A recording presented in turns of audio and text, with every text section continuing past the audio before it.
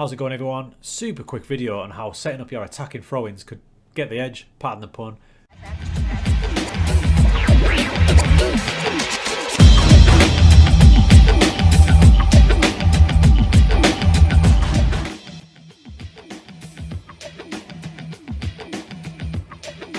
You get these right, you're going to get some sneaky goals that you wouldn't even thought about previously. I just played a season where I got 10 goals that came from throw-ins.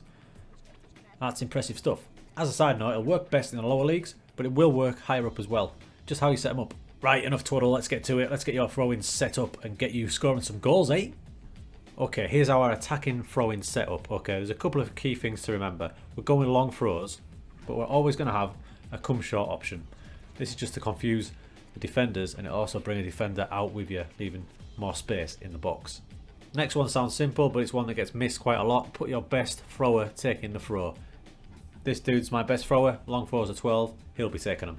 We're choosing long throws. The long throw is going to go towards the near post. Therefore, we need to get our best header of the ball at the near post. To do this, it's not just a case of getting the best heading stats. There's a couple of other stats you'll need as well. Here's the guy selected for me. Here's his attributes we're looking for. We're looking for jumping reach, we're looking for heading, and we're looking for bravery. Jumping reach is his ability to get up there. Heading goes without saying. Bravery is in the ability to get in there where it hurts. He's not going to shy away from it. Those three, you're onto something.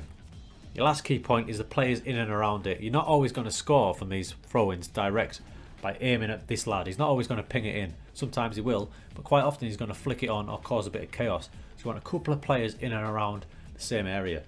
Me, I like to have one marking the keeper, confusing the keeper even more, especially at the lower leagues. I like to have one lurking at the far post for the flick on.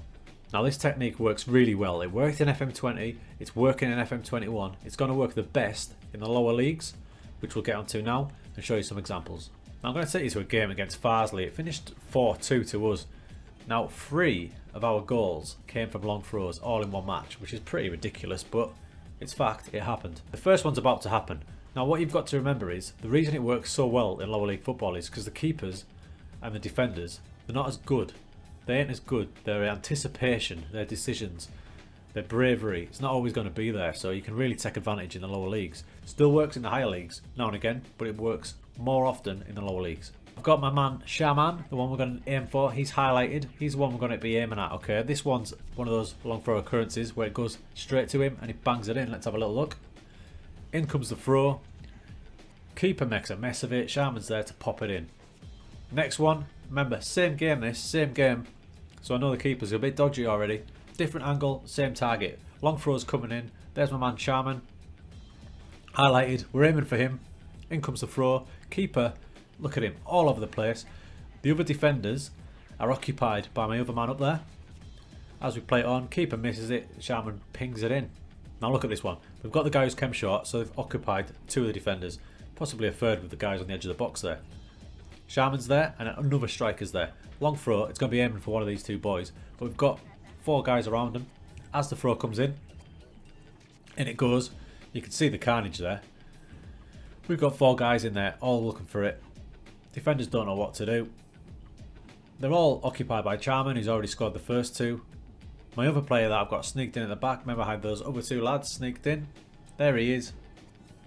Pops it in.